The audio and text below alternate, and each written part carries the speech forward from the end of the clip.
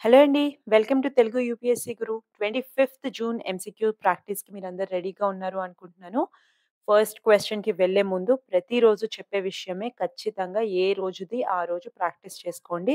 Current అఫైర్స్‌కి related ఉండొచ్చు, లేదా పీవైక్యూస్‌కి related ఉండొచ్చు. కానీ చాలా ఇంపార్టెంట్ కాంటెంట్ అండి ఇవన్నీ కూడా. సో, మిస్ కాకుండా ప్రతిరోజు ఇవైతే కవర్ చేసుకోండి. ఓకేనా? మన ఫస్ట్ క్వెషన్ ఏంటో చూద్దాము. The idea of residuary powers of Indian constitution was borrowed from which constitution?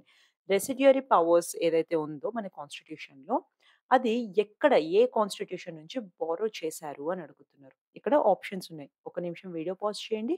Me answer ఇవ్వడానికి ట్రై చేయండి. ఓకే. ఇప్పుడు కరెక్ట్ ఆన్సర్ ఏంటో చూద్దాము. కెనడియన్ కాన్స్టిట్యూషన్ నుంచి మనము రెసిడ్యూరీ పవర్స్ అనేవి తీసుకున్నామండి. ఓకేనా? సో, ఆన్సర్ వచ్చేసి B. It is Canadian constitution. Okay. So, ఈ ఈ ఈ క్వెషన్ పెట్టడానికి main reason just Canadian constitution నుంచి ఏవి తీసుకున్నామని కాదు. ఈ 4 కూడా దీనికి రిలేటెడ్ ఆల్రెడీ ఒక వీడియో మన ఛానెల్‌లో ఉంది.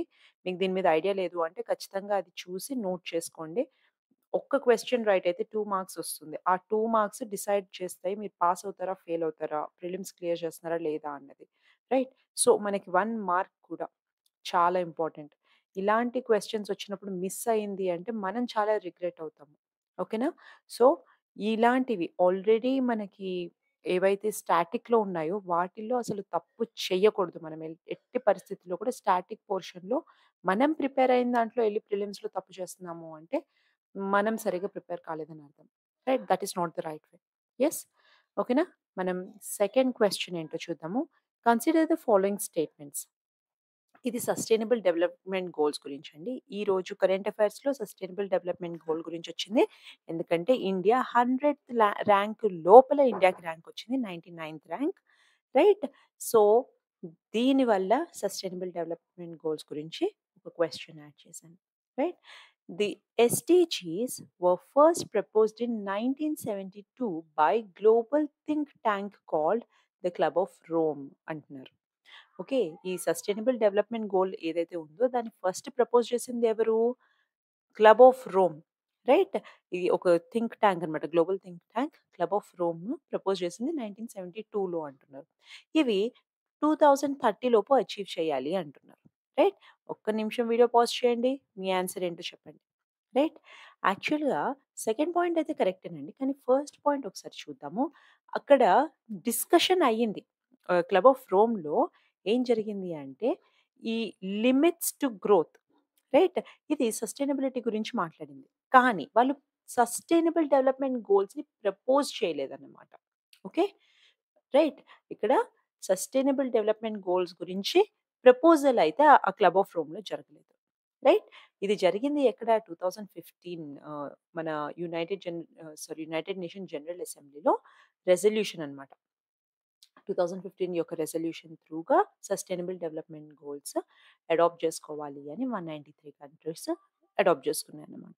ఓకే. సో, సెకండ్ పాయింట్ అయితే కరెక్టే మనం ఆల్రెడీ చూసాం కదా! సో, నెక్స్ట్ క్వెషన్‌కెళ్దాము. With reference to North Atlantic Treaty Organization. ఈరోజు నేటో గురించి కూడా కరెంట్ అఫైర్స్‌లో వచ్చింది. రైట్? సో, దానివల్ల ఈ క్వెషన్ యాడ్ చేయడం జరిగింది. ఆహ్, నేటో గురించి కన్సిడర్ ద ఫాలోయింగ్ స్టేట్మెంట్స్ అంటున్నారు. ఇక్కడ 3 స్టేట్మెంట్స్ ఇచ్చారు. వీటిని కన్సిడర్ చేయండి అంటున్నారు. Aim of the organization is to guarantee the freedom and security of its members through political and military means. So, దీని ఎయిమ్ ఏంటి అంటున్నారు? దాని మెంబర్స్ ఎవరైతే ఉన్నారో వాళ్ళకి ఫ్రీడమ్ ఇంకా సెక్యూరిటీ గ్యారంటీ చేయాలన్నమాట. ఏ విధాలుగా? పొలిటికల్‌గా ఇంకా మిలిటరీ విధాలుగా వీళ్ళకి ఫ్రీడమ్ అండ్ సెక్యూరిటీ అనేది గ్యారంటీ చేయడం. తర్వాత it is established based on Washington treaty అంటున్నారు. రైట్? నేటో ఏదైతే ఉందో వాషింగ్టన్ ట్రీటీ త్రూగా ఎస్టాబ్లిష్ అయింది అంటున్నారు. హెడ్ క్వార్టర్స్ న్యూయార్క్‌లో ఉన్నాయి అంటున్నారు. రైట్? సో, ఇందులో ఒక్క నిమిషం వీడియో పాజ్ చేయండి. మీ ఆన్సర్ ఇవ్వండి.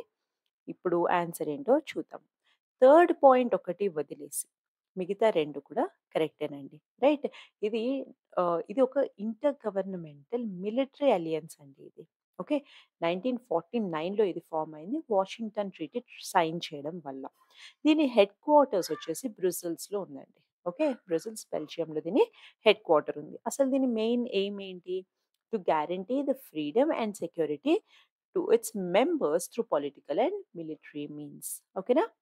సో, థర్డ్ పాయింట్ ఒకటే తప్పు. First and second are the right answers. Okay. So, that's pretty much it అండి. Thank you so much for your time. I wish you all the very best. కానీ ఒక్కటి గుర్తుపెట్టుకోండి, ప్రతిరోజు practice చేయండి.